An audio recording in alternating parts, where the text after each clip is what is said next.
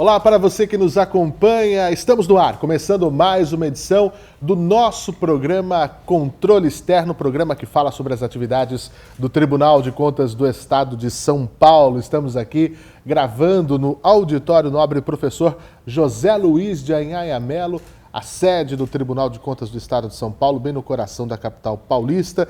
Estamos no ar pela TV Alesp, obrigado pelo carinho da sua audiência toda semana. Também estamos pela Rede TCESP em mais de 100 TVs câmaras e mais de 70 canais comunitários do estado de São Paulo. Obrigado a todos pela audiência já nesta segunda temporada, passando da sua metade, né? Já da segunda temporada do nosso programa Controle Externo. Nós também estamos nas redes sociais do Tribunal. Você nos acompanha em nosso canal no YouTube. Inscreva-se, compartilhe nosso conteúdo, ative o sininho de notificações, porque além desse programa nós temos muitos outros conteúdos, lives, cursos, congressos, seminários, reportagens, vídeos institucionais especiais que você confere por lá. E além disso, nós também estamos na podosfera mundial, com o podcast TCESP, que está disponível nos principais agregadores de podcast do mundo. Não importa qual é o seu, nós estamos sempre em um deles para você ouvir os nossos conteúdos.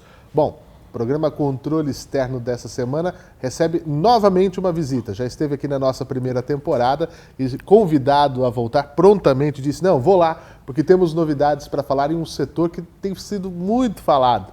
Meu querido Fábio Correia Xavier, que é diretor do Departamento de Tecnologia da Informação do nosso Tribunal de Contas. Seja muito bem-vindo, obrigado por estar aqui conosco em mais uma edição.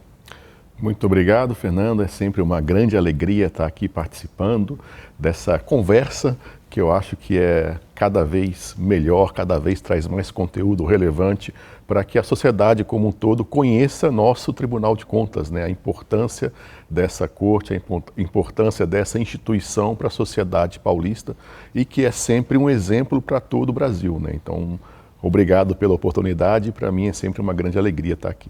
Que bacana, fico feliz. Deixa eu apresentar o Fábio para quem não acompanhou o nosso primeiro programa ou para quem quer relembrar. Eu vou apresentar para vocês. O Fábio, como eu disse, é diretor do Departamento de Tecnologia da Informação do TCESP há 7 anos, né? Se eu não errei nas contas, mas está no tribunal há mais ou menos 20 anos, desde 2003, é isso? Sim, acabei de completar 20 anos agora em agosto.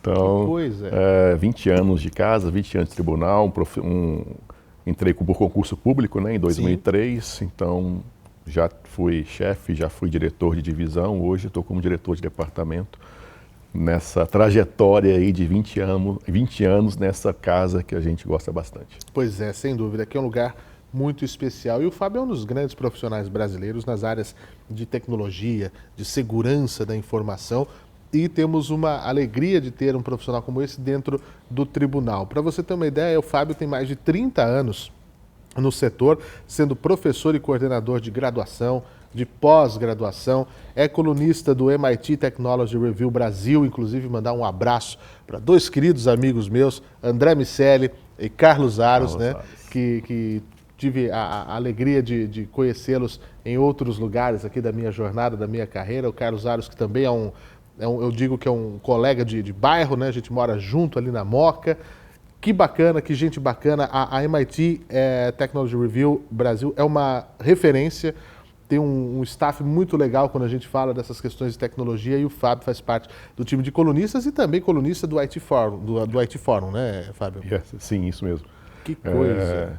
Falar sobre tecnologia da informação para outros públicos, né? Sim, eu acho que eu até busco esse tipo de trabalho voluntário, mas eu acho que é muito importante porque me força a me manter atualizado. É verdade. Né? Para eu poder escrever para publicações como essa, o MIT Technology Review Brasil e até o IT Forum, eu tenho que estar preparado, eu tenho que estudar, eu tenho que estar up-to-date atualizado em relação aos assuntos do momento. Né? Então é uma forma de me manter atualizado.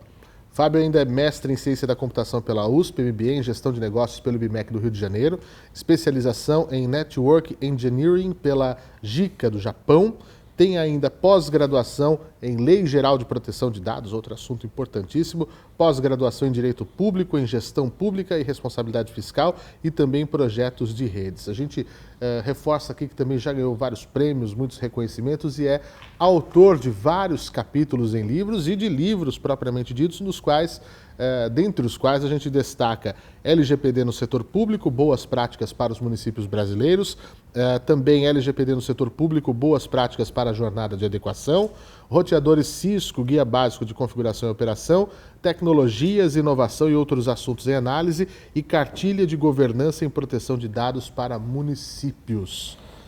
É isso, né, Fábio? É um tempo todo ali apertando F5 para estar atualizando? Sem dúvida. E aproveitando que você falou dos livros, né, tem um já no forno aí para sair, vai se chamar CIO 5.0, né, o Guia Definitivo para Liderar a Transformação Digital, que é justamente, eu acho que o tema da nossa conversa aí é essa transformação digital que nós todos vivemos hoje em dia, especialmente nessa onda que o ChatGPT, desde o seu lançamento em novembro do ano passado, trouxe nessa discussão aí à tona sobre o uso da inteligência artificial generativa na nossa vida, no nosso dia a dia e também na vida e no dia a dia das empresas, das instituições, né? E é muito importante você falar isso. Da outra vez que você esteve aqui, você trouxe o último livro que acho que era o de LGPD, não é? Sim, sim. Era o de, acho que era esse que você vê aqui. Então já temos uma novidade. E aí você foca essa questão tão latente para a formação de líderes, né, dentro das empresas, das corporações, dos órgãos, os CIOs nos C-levels, né? Sim. Né, é muito importante você que não conhece isso, quando a gente fala assim, fulano é CEO de uma corporação, ele é o COO de uma corporação, são as divisões que é internacionalmente usado agora para as características. E aí você, especificamente para os CIOs, né? Inclusive a primeira parte do livro é explicando a sopa de letrinhas, né? Essas aí, o CIO, o COO, o CTO. Então, são várias denominações que são mundialmente reconhecidas, né? E o CIO é o Chief Information Officer, que é o diretor de tecnologia, o diretor de TI das organizações, né? Então, como essa pessoa que tem um papel fundamental pode ser aí um líder da transformação digital, um catalisador da transformação digital para fomentar o uso da tecnologia em prol das organizações, né? Então, esse basicamente o contexto dessa nova publicação, desse novo livro. E não adianta, né? Acho que já falando sobre isso, inclusive, Fábio,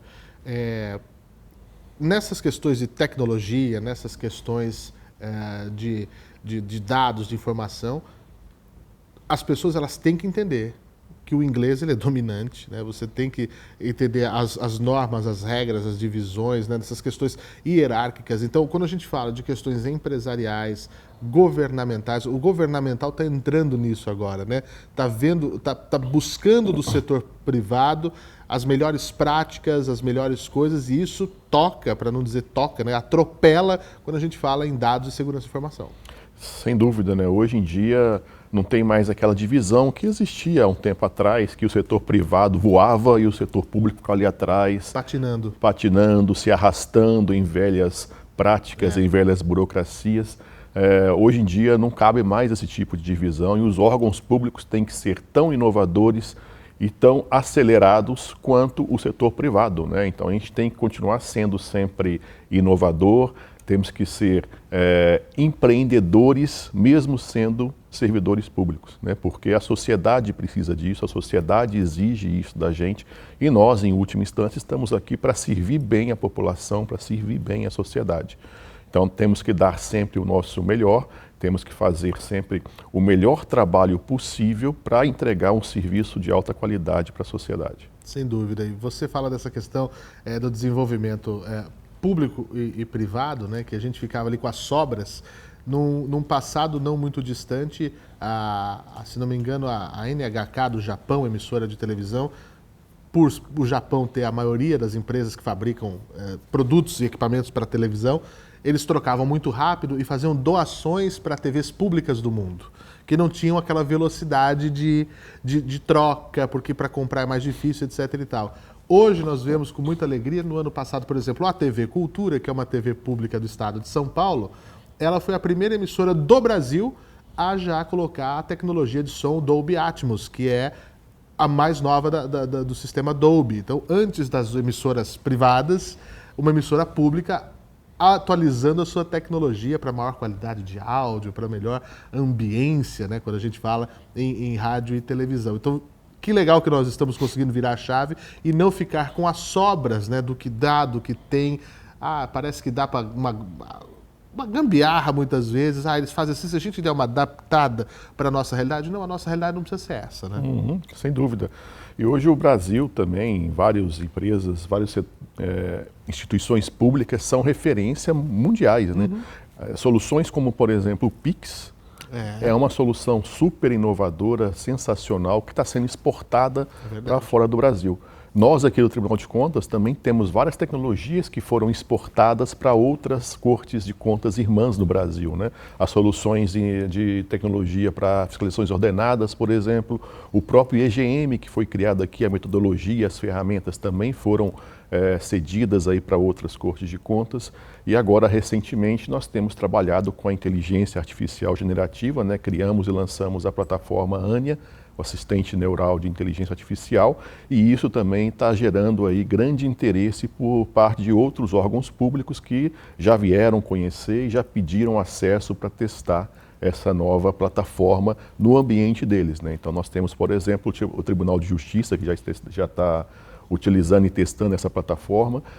Temos também a Defensoria Pública e a Unicamp que solicitaram esse tipo de acesso para teste. Então, é uma solução nova, inovadora, que a gente aplica aqui internamente para facilitar o trabalho dos nossos servidores, né? Para facilitar a análise de documentos, por exemplo, para tornar ainda mais efetivo o controle externo que nós realizamos. Gera eficiência, minimiza erros, é mais sustentável, porque nós temos essa ideia, se Deus quiser, de chegarmos aí num futuro muito próximo, paperless, né? Wireless já é fantástico, né? Porque não tem coisa pior do que você ficar arrastado, conectado, plugado em cabo, essas coisas. E agora o paperless, com essa questão sustentável, né? Nós aqui, como um tribunal, sempre vivemos soterrados de papel, por exemplo, né? Sim, isso é engraçado. Você me lembra quando eu entrei aqui para tomar posse, há 20 anos, né? Fui lá no departamento de pessoal, assinar, e tinha lá, quase eu não vi o cara que estava lá atrás da mesa, de tanto papel que tinha de processos na frente dele. Tem uma pessoa ali, parece, né? Sim, sim. E hoje a gente vê que a realidade é totalmente diferente, né? Nós temos o processo eletrônico, o ETCESP, que já funciona praticamente quase todos os nossos processos finalísticos já estão nessa plataforma eletrônica. Todo o input de dados praticamente, né, que vem do jurisdicionado também. Sim, tudo por meio, por exemplo, do sistema Aldesp, que recebe todos os dados de forma eletrônica. E nós também implantamos o sistema SEI na área administrativa, na área meio, também acabando com o papel no trâmite de processos administrativos, né?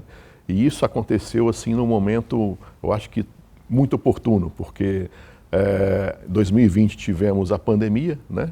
E aí em 2019, janeiro de 2019, nós colocamos o SEI no ar obrigatoriamente para todos os processos administrativos.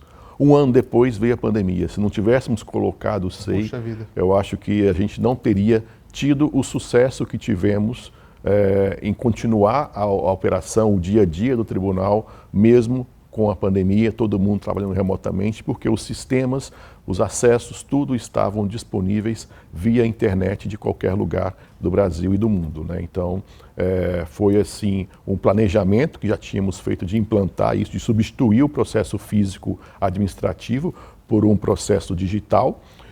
E coincidentemente implantamos um ano antes da pandemia acontecer. Providencial, né? Sim. Se fosse planejado, talvez não desse tão certo. E que bom, né? Porque a pandemia foi tão dura para absolutamente tudo, que bom que para isso, né, nós tivemos algum conforto, por assim dizer, porque foram tempos terríveis que espero, sem dúvida, que a humanidade nunca mais volte a ter uma coisa semelhante, né?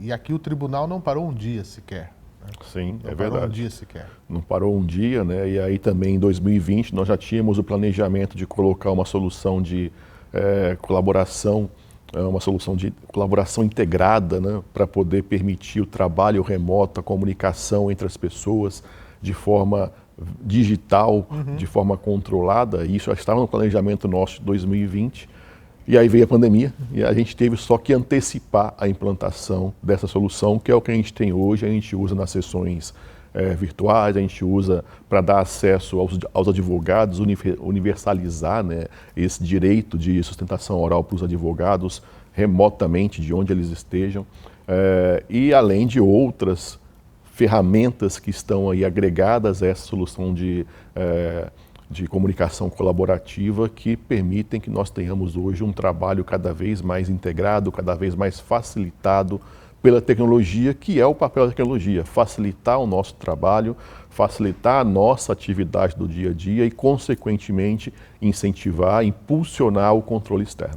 Agora veja, Fábio, quando a gente fala de tecnologia, de evolução, a pergunta que fica é sempre qual é a próxima fronteira. Parece que a fronteira é não ter mais fronteira, é isso, né? Eu tenho conversado e visto, lido alguns artigos aí sobre o futuro, né? A tecnologia, o que vem por aí. E acho que todos os especialistas são unânimes que daqui a 1 ano, 2 anos, teremos uma quantidade gigantesca de novidades. Essa inteligência artificial generativa que do chat GPT trouxe, ela realmente foi assim um divisor de águas, porque as pessoas não imaginavam que seria capaz de ter esse tipo de tecnologia tão rápido, né? Por que foi tão disruptivo o chat GPT, né? Porque ele foi treinado com uma quantidade gigantesca de dados, praticamente toda a internet, e ele tem uma capacidade de analisar esses dados. Você faz uma pergunta, você faz uma interação com a ferramenta, ele analisa essa quantidade de dados com base no algoritmo que foi desenvolvido e traz para você respostas, responde como se fosse uma pessoa. Então, naturalmente, você pode pensar que está conversando com uma pessoa, porque ele tem a capacidade de gerar a resposta em linguagem natural. Isso. Então essa é a capacidade, e muito rápido. Por isso generativo, né? Porque ele gera uma resposta com o que ele aprendeu. Tanto que se você perguntar a mesma coisa 2, 3 vezes, a resposta não vai ser idêntica. Talvez tenha o mesmo contexto, a mesma informação, mas vai ser sempre uma resposta diferente, porque ele vai montar a resposta, ele vai gerar a resposta na hora a cada pergunta que você fizer. Mas a pergunta que não quer calar e que as pessoas ouviram muito a esse respeito, assusta. É preciso ter medo? É a revolução das máquinas, Fábio? Não é a Skynet, né? Isso, não é a Skynet do Exterminador do Futuro, mas... Que bom, já fico mais tranquilo. Eu não acho que a gente tenha que ter medo, a gente tem que entender, né? Não adianta a gente negar, ficar em negação. Não, isso não funciona, eu não vou usar, não vai dar em nada, isso aí vai roubar meu emprego. Não. Ele vai ajudar você a fazer um trabalho com maior qualidade. Como? Como só você sabe, você tem que utilizar. Quem vai se dar bem no futuro com essas tecnologias é aquele cara curioso. Sim. É aquele que vai atrás e pensa que, poxa, surgiu essa tecnologia nova, como será que isso pode me ajudar no meu dia a dia? Né? Não vai esperar ali sentado receita pronta para você usar. Não, você tem que correr atrás, você tem que experimentar a tecnologia, utilizar e ver como ela pode te ajudar no seu dia a dia. Você pode até chegar à conclusão, pô, isso aí não me ajuda em nada agora, mas daqui a 3, 4, 5 meses, quem sabe? Né? A tecnologia está evoluindo tanto, principalmente essa da inteligência artificial, que o que é verdade hoje, daqui a 2, 3, 4 meses já pode estar diferente, já pode ser uma outra realidade, já pode trazer para você um outro resultado que vai ser muito útil para o seu dia a dia, para a sua atividade ali no trabalho. Né? São ferramentas. São ferramentas, não vão substituir, vão te auxiliar. Né? Aí as pessoas podem até falar, mas aquelas tarefas repetitivas, quem faz esse tipo de tarefa talvez tenha que ficar mais preocupado. Talvez, mas ela vai ter a chance de se aprimorar e buscar até um desenvolvimento profissional diferente, utilizando essas ferramentas como apoio, como até um impulsionador a para essa evolução na sua carreira. Né? Tarefas repetitivas, poxa, não precisa ter gente para fazer tarefa repetitiva, né? A máquina já faz e faz melhor. Sim. Né?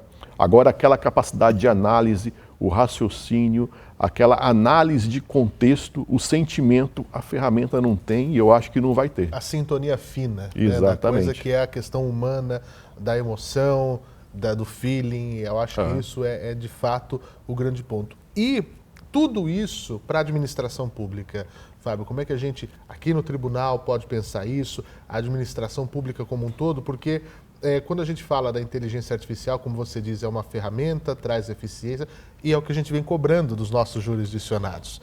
Eficiência na gestão pública, eficiência naquilo que vem sendo feito, daquilo que é entregue para o cidadão, para a população, em forma de política pública, em forma de escola de qualidade, merenda de qualidade, saúde onde o hospital funciona, tenha médico, estradas que você não vai morrer se você sair de casa.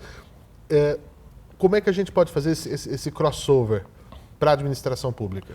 Então, para a administração pública, a gente já falou até da questão do setor público e privado, né? O setor privado vem há muito tempo tomando decisões baseado em dados.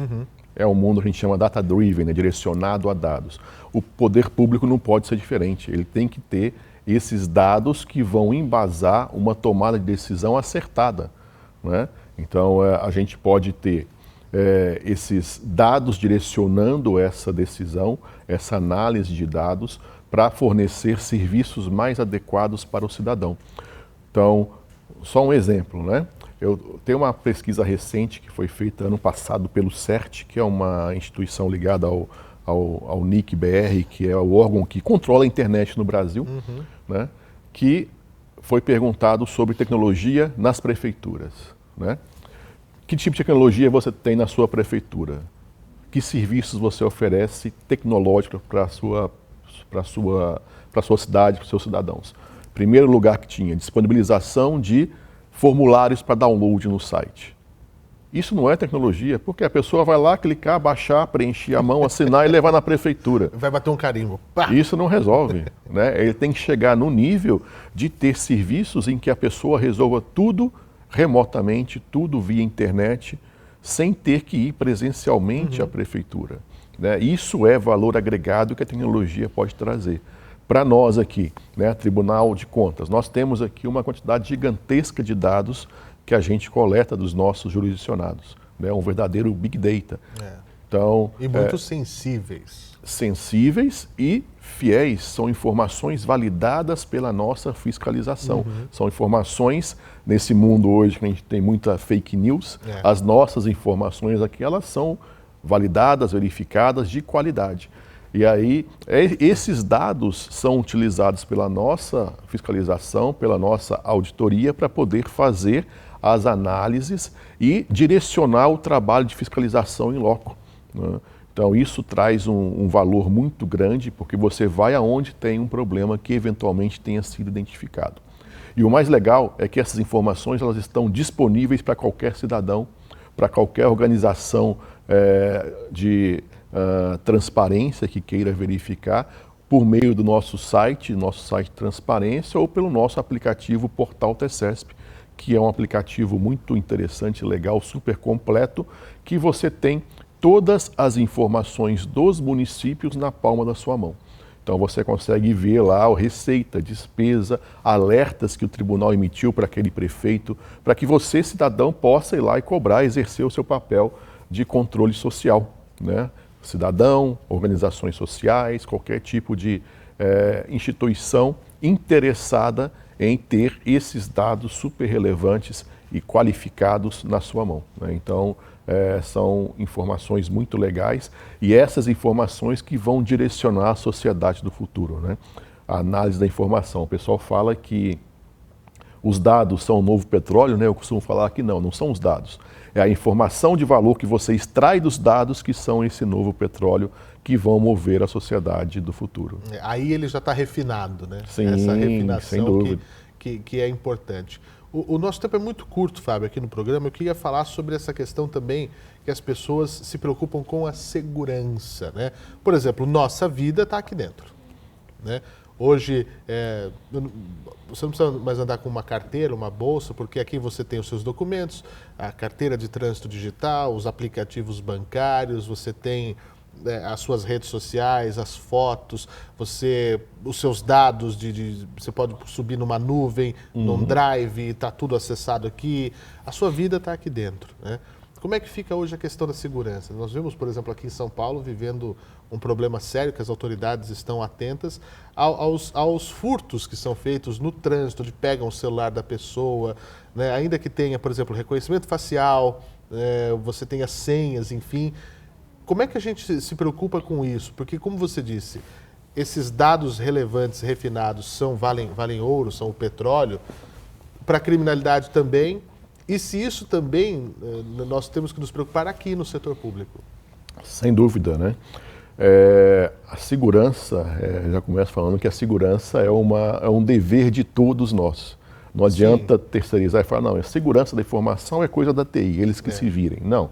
Cada um de nós tem uma grande responsabilidade para manter o nosso ambiente digital seguro, né? E aí eu destaco sempre 3 aspectos que podem ajudar bastante a minimizar a chance de ocorrer um incidente de segurança, né? Que é quando um hacker, por exemplo, tem sucesso.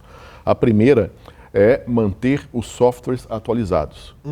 Né? Por quê, pessoal? Porque quando o fabricante solta um patch, uma atualização para um software, você pode ter certeza que lá tem atualização de segurança.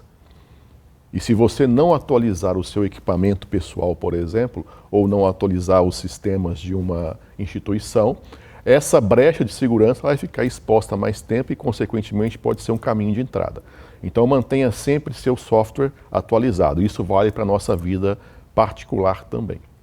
Segundo aspecto é retirar toda a configuração padrão que existe. Tá? Então você tem que fazer uma configuração mínima, não é tirar da caixa, por exemplo, o equipamento de IoT, uma lâmpada inteligente ou um equipamento inteligente, colocar na sua casa e beleza. Não, você tem que configurar minimamente a segurança desse equipamento, para não deixar justamente brechas abertas. E o terceiro, que muitas vezes o pessoal reclama bastante, é melhorar o processo de autenticação, que é, por exemplo, senha hoje em dia não resolve mais nada. Senha somente é muito fraco, né? Então você tem que habilitar, por exemplo, a autenticação de 2 fatores. Isso. Então você tem que ter uma senha e um código que você recebe no seu celular. Uma senha e biometria, por exemplo. Porque aí você minimiza muito a chance de alguém roubar suas credenciais. E o principal vetor, ou seja, o principal caminho utilizado pelos hackers para poder atacar instituições públicas ou privadas é justamente o roubo de credencial. Utilizar a credencial que foi roubada.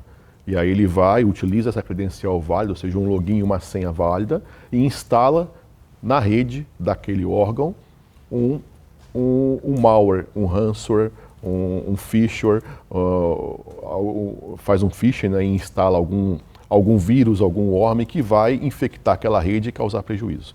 Então, o processo de autenticação é fundamental para a gente aumentar a segurança, né? E as pessoas muitas vezes acabam tendo uma resistência, poxa, eu tenho que colocar senha complexa e ainda assim tenho que utilizar um código. Infelizmente tem, porque a segurança depende disso, né? E isso é fundamental. E só para fechar a relação de segurança, a palavra mágica é nunca confie cegamente. Isso. Né? Nunca clique em nada. Seja sempre um desconfiado, uma desconfiada. Sim. Desconfie sempre, porque as pessoas mal intencionadas se utilizam, exploram a boa fé das pessoas. Nós, até por natureza, acreditamos nas pessoas, temos boa fé. Em relação à segurança da informação, não podemos ter essa boa fé.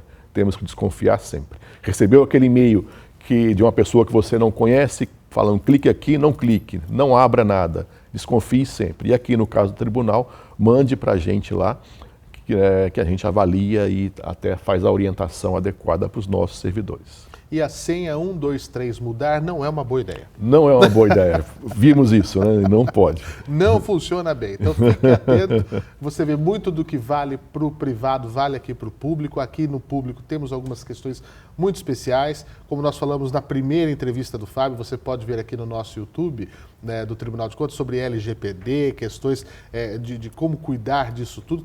E está sempre tudo muito uma coisa atrelada à outra, né? Então agora a bola da vez é a inteligência artificial. Estamos com a Anne aqui, estamos já ajudando outros órgãos e setores, tudo em nome da eficiência. Fábio, passa rápido demais o tempo. Queria muito agradecer mais uma vez a sua presença e a sua disponibilidade aqui. Sempre que tivermos novidades, por favor, né, a cadeira aqui está sempre à disposição. Eu que agradeço, Fernando. Como falei no começo, é uma grande alegria estar sempre aqui conversando com você, trazendo as novidades e, importante, né, orientando até as pessoas em relação à segurança da informação, para termos aí uma cada vez maior a disseminação de uma cultura de segurança digital, né? Então, a segurança da informação, como você muito bem trouxe aqui o tema, tem que estar no nosso sangue, tem que estar na nossa veia, tem que ser natural, porque aí nós todos estaremos mais seguros. Muito bem. Para você que nos acompanhou até aqui, também o meu muito obrigado uma vez mais. Mais informações sobre o Tribunal de Contas do Estado de São Paulo? Claro, acesse www.tce.sp.gov.br e siga-nos também nas redes sociais. Na semana que vem, estamos de volta. Tchau!